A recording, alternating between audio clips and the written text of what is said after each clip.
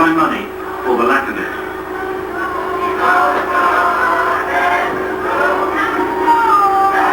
This is Hancock County in Georgia. It takes its name from John Hancock, the first man to sign America's Declaration of Independence. Today, Hancock is a poverty county.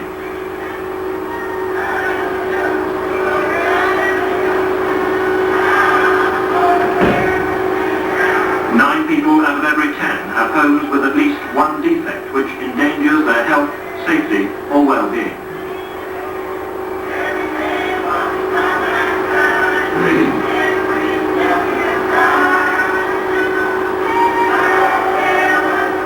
There are 11,000 souls in Hancock County. 4 out of every 5 are black. And the story of the Deep South has always been a black and white story of conflict, interdependence, and contrast.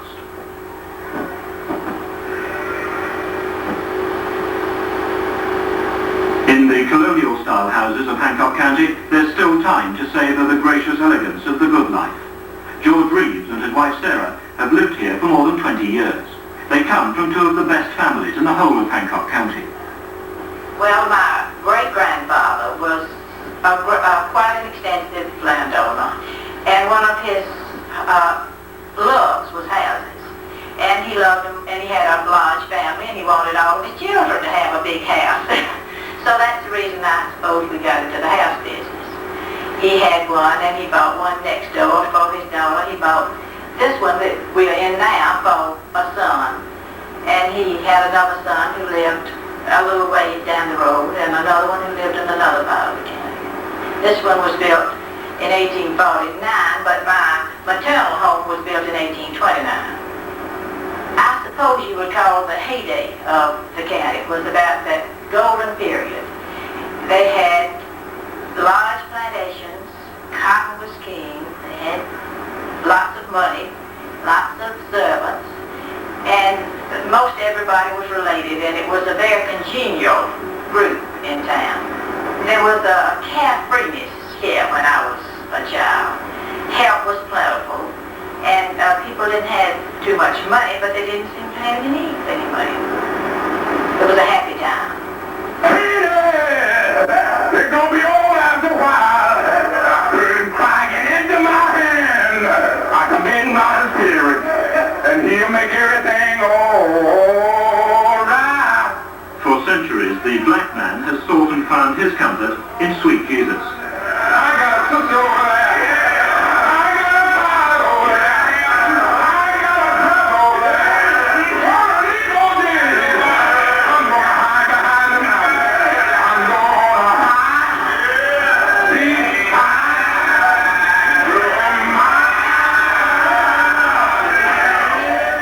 But the vision of ecstasy and the light hereafter is no longer enough. What about today? What about now? For the white man who will listen, the new urgency of the message is spelled out from the pulpit, Sunday by Sunday. One day is coming back at the Church of the Living God. I want to let you know, Powell, you better get your house in order. I want to let you know, Hickory Grove, you better get your house in order. I want to let you know, Plainfield, you better get your house in order. I want to let you know, Union, you better get your house in order. I want to let you know, Antioch, you better get your house in order. My God is coming back again. I want to let you know, St. Paul, you better get your house in order. One day sooner, he's coming back at the Church of the Living God. You better get your house in order. He is coming back. To Hancock County, in the year 1966, came a black civil rights organizer, John McCown. I came here to do a job. That job was to change the economic condition for the people of Hancock County.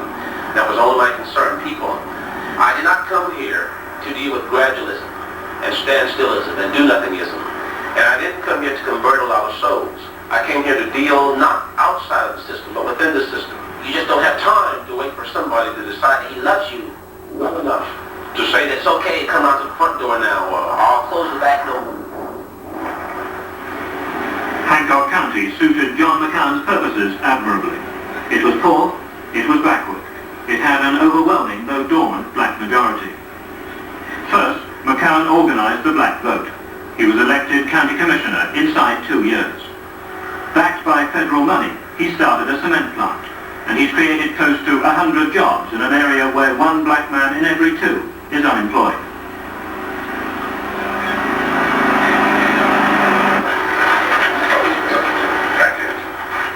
His most ambitious project is a $2 million catfish farm.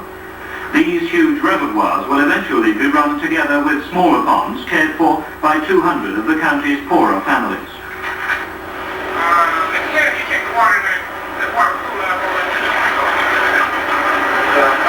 What's the temperature of that water in the pond, huh? There's no thermometer up here? The catfish farm is managed by a white man. He's answerable to McCown and to the group cooperative of 200 Hancock citizens who run all the county's new enterprises. Of these 200, only 12 are white.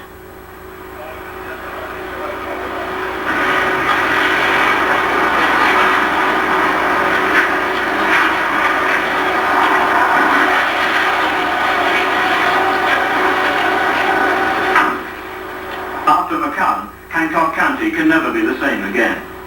He has friends in Washington and he's raised $2 million to spend in the county in the past 4 years. He's given the black man a new political awareness of his power. All right, everybody. Thank you. Hard at it. Yeah. All right. McCown has divided the county into precincts, which serves a dual purpose. 1, it makes sense from an organizational point of view. 2, little can happen without McCown hearing about it. What do you have to do to plant these meat? George Dixon is a precinct leader. He carries his district's wishes to McCown, and McCown's wishes to his district. So McCown has found the power he has sought. And with an 80% black vote, he doesn't need white approval at the ballot box. A black man has always been dehumanized and pictured as subservient. And when a black man comes up with an idea that seems feasible, there become a mass of minds together from the white community to try and destroy this thing, because a black man just isn't supposed to be able to think. He's supposed to be able to run like an animal and lift things, lift that bars and tote that bale.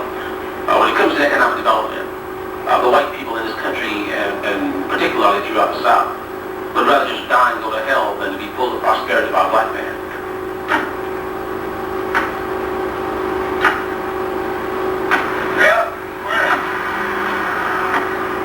As the traditional power structure is chipped away, the reaction from Hancock's white citizens becomes more extreme. They've watched all the developments since McCown came, and many of them consider the situation virtually hopeless. George Reeves is a dollar millionaire. His family owns 8,000 acres, most of it timber. We have an 80-20 ratio, and blacks money to black to white, and you can't, that's a thing that you can't overcome. And it's gaining on us all the time. They'll outbreed you. You cannot keep up with the breeding. More than 90% of the county's wealth today remains in white hands. But labour is scarce, and the white man's complaints about the standard of that labour are increasing. For the relationship between black and white has changed, and the white man finds it difficult to grasp that fact in a county where he's always referred to the black man, paternalistically and without malice, as his nigger. Has George Reeves had any trouble with him? None whatsoever until this McCown came in this lady and stirred up everything. Now, the niggers, they think that equality means rudeness. And I want everybody to be nice to me. Be courteous and nice to me. That's all right. I am to everybody else. They come by my house and stop, shake their fist, and yell, "Black power!" Said, "We will soon be the tax assessors." What do you do? Didn't do anything, sitting on my porch. I couldn't. It was, see, we're not together. We're not organized. And they're organized. They have shortwave radios in every section, where in 2 minutes they can notify everything. And they have ammunition stored up. We have ammunition personally. I see you have 2 guns in your van. Yes, I have. And so has all my acquaintances. It's said that you and your friends believe that there is almost a second civil war imminent. Yes. Throughout the United States, I think so. See, you have these black organizations, and they're all getting together, Black Panthers and all of them, and NAACP and a number of them, and they're all getting together, and they are, it is communist inspired, so I think. J. Edgar Hoover thinks so, and he should be in a position to know. It's a funny thing you talk about communism, socialism or whatnot. It sort of confuses black people as to what it's all about, because when you're demonstrating to school because you don't like the school conditions, then you become a communist. When you ask for welfare because you have no other means of support, then you become a communist. And then when you want a street paved in your house, you become a communist. Or when you just want the basic necessities, you become a communist. Do you believe in black power? It depends upon how you would define that. If you define black power as a black sense of superiority whereby one race becomes subservient to the other, no. But in that same sense, I don't believe in white power either. I do believe in green power, though. I think the whole problem is an economic one. Have you found that the new economic influence that you can wield now in your position in this town has altered your own personal problems of being a black man? Well, you know, this is, it's odd you would ask that, because I bought horses. I've always wanted horses, and I went to an auction once to buy a horse. It was sort of like a stadium, you know, people all up on the sides, and I came to the door, and the door was all crowded, and this farmer was across the door with his arms, and I tried to get in. He saw me trying to get in, but he just kept his arm there. He wouldn't let me in. So the bid got down to about 100, and the auctioneer says, "Can I get 125?" So I peeked my head around the corner and says, 125. And so he looks over at me and he says, "Who is that out there?" You know, and I said, "John McCown." And he says, well, come so we can see you." And I stuck my head under his arm, and he says, "All right, I got 125 by Mr. McCown over here." And it was pretty obvious that he was calling me Mr. McCown instead of Mr. McCown. The next time he began to bid, this time he got a couple $100, and I made a bid on this horse. And then pretty soon he says, "I've got 200 over here by Mr. McCown." Right away, the clown left, and McCown came there because the figures had changed. And before the evening was over, they had gone into an area and roped off a section, and they put McCown Farm on it, you know. And all the horses then were taken in there, and he said, "Well, we have another horse, Mr. McCown. Would you like to look at it?" And even now, when I come by there now, it's this thing where, Mr. McCown, you have time, I'd like to show you something here.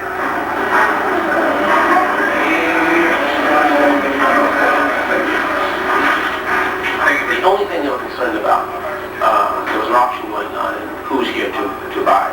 It was only the first amount that they counted on. And I believe that we just must understand that the problems, the economic problems, the political problems, and the social problems, they're all synonymous.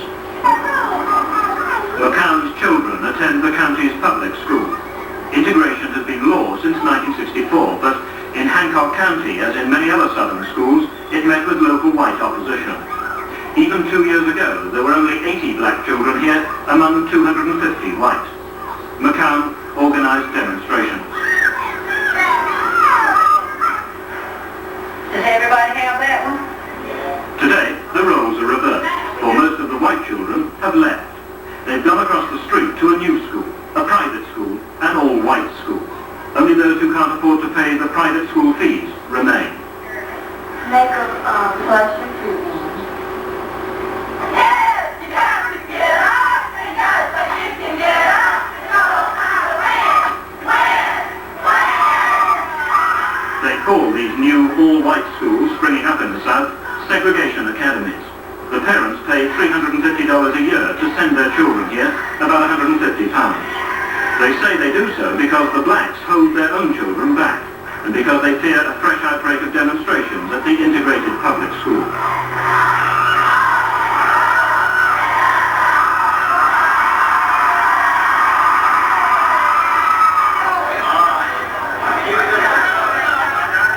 The money to run the school comes from fundraising activities like this barbecue. Tonight, 400 white people gather to eat a meal of barbecued pork, and the proceeds are almost $1,000. These are people determined that the private school shall survive. Ironically, they're able to claim tax relief on all their gifts to an academy that flouts their country's policy on integration. They resent the interference of McCown and what he stands for. I think they're outsiders. I don't think they were born and raised here. I don't think they know anything about how the whites and blacks feel here. I have a maid that has worked for me almost 48 years that I love. And I think the others are just outsiders and they should go back wherever they came from. Do you think that you're going to be able to reach some sort of an amicable understanding here with the present black leaders in Hancock County? I have never wanted to run over anybody in my life, and neither is anybody going to ever run over me. I don't want to feel inferior to anybody, and I don't feel that anybody's inferior to me. But to each his own, period. Would it be fair to say then that you believe in segregation? I've always been segregated. I was always segregated. I think they have tried to do about 1,000 years of development. Not only 1,000, 100,000, even a million years of development. And I don't think they can do it that quickly. It takes time. The whole system, the whole idea of integration was thought up to keep the Negro in the South. He is not wanted in the North. It is political, pure and simple. They are trying to make it so advantageous for the Negro locally and anywhere south of the Mason-Dixon line so that he would want to stay here. He won't want to go to the North where his living conditions are better, his salary is higher. He can go to any school he wants to. What do you think of John McCown? My thought on John McCown is that I would probably be prosecuted if I said it into that mic. This is a corner of the United States which has been, at the same time, the most Christian and the most openly racist. Whatever they say publicly, farmers like Ollie Morgan reveal their true feelings only in unguarded moments. This niggas taking everything. Taking everything over. They say if one comes and knocks on your door and tells you they want to stay all night, they gonna come in and you can't do nothing about it. Would you want a nigga to come in and sleep with you? Then the song bitch better not come in my front door. If you do, he'll get a bullet hit. You know, one hears of the Ku Klux Klan around here. Yeah. How active is the Ku Klux Klan around here? Well, they're pretty active. Are you a member? I ain't supposed to tell. I ain't supposed to tell about that, but I'm a member. But how often do you meet? Pretty regular. And when it's necessary for us to meet and necessary for us to do something else, we do. And what would happen if one of the members of the Klan were assaulted or hurt by a black man? Well, I don't know. They may lynch his ass. I don't know what they'd do. And old John McCown, a low-down song with you, he need to kill him. He needs to kill him. Somebody ought to kill him. I don't have time to be concerned. I don't have time to worry about whether somebody's going to shoot me or not. There's too much work to be done.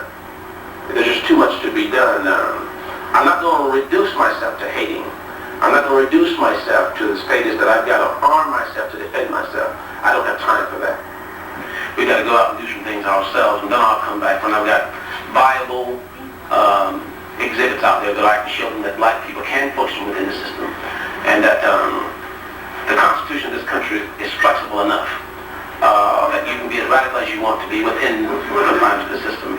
You've got to pay. You ought to have them then to increase your salary. The problem is that the white man sees little evidence that his interests are being protected in plans for the brave new tomorrow.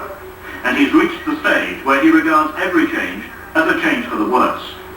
So, as the blacks become more active, the whites become more apprehensive. Some have already had enough. George Reeves and his wife are moving out. How do they feel about the prospect of starting a new life somewhere else? Terrible. Born and raised in the Sparta, and I hate awfully bad to leave, and I don't know where to go. So I checked out Mexico, and I checked out Ireland, I checked out England. So next I am going to Australia, I think, and South Africa, and check those two places. Do you think you will go to South Africa? I think so, yes. I'll tell you one thing, I'm not going to where my race is in a minority. It's said by John McCown that the white man would rather die and go to hell than be dragged to prosperity by black men. Now, I don't know how much money he spent in Hancock County, but how many jobs does he claim he's created? How much prosperity has he brought? That's what I have been unable to find. That's our trouble now, that almighty dollar. A lot of our white people have turned absolutely black because of the almighty dollar. What do you feel about white men who sell property to black men? Personally, I'll tell you exactly how I feel. I'm not going to sell any to them. Now, I'll give them free living, free house, free rent, free wood, free water. For those who work for you? That's right. Although even if they don't work for me, I still give it to them. But it's not much of a house, but it don't leak, and it's warm enough, and it has electricity, and but it's not too much of a house. But I give it to them for free. All my life, I've always tried to help them and make a loan to them anytime they wanted it, and that loan, of course, has paid me back and never charged me any interest to match everything. There was no interest that was above the legal rate. I'd charge them 5 to 8% interest. But now I feel like that under the circumstances in there, I am going to quit helping. I'm not going to help any more. Do anything. I'm through. Why particularly? Because I don't appreciate the way that they are acting. When my wife goes uptown and gets blocked, which you did, Yes. and they won't let her out. Now, they're not going to block me. I'll shoot at her. But they blocked her and my daughter, and then finally let her out, and then said, "Get on by, Whitey." Now, I just don't think that's nice, and I'm not going to put up with it. And if I live here, I'll have to live under a Negro regime, and under those circumstances, I'm not going to do it. It's just awfully difficult for a man who's always had his way to be questioned. And that's what's happening here. We're forcing the man to deal with problems that he created himself. It's not a matter of rubbing a man's nose into it. It's a matter of a confrontation between the servant and his master. And we're telling him in so many words that we're not going to be your servant anymore. You know, we're willing to be your partner, but we're not going to be your servant anymore. But you see, most of them say that you don't really care even about they say, the niggers of the town, that you will in fact use Sparta and Hancock County as a power base, and then you will go on to greater personal things, which is your real ambition. I believe everybody gets started and he's motivated to do greater things. If they mean that I'll do my best here, and then if as a result of my best I'm called to do my best other places to affect more people, then I'm guilty of that. Mr. McCown, a lot of people in this town hate you. I imagine so. Anytime you go in and ask a man to change his way of life for 300 to 400 years, you wouldn't expect him to invite you to dinner. So it's quite obvious that a lot of people would be upset over the fact that they have to deal with black people as human beings now. If you had been born and raised in a place and lived all your life and the situation turns up like it is in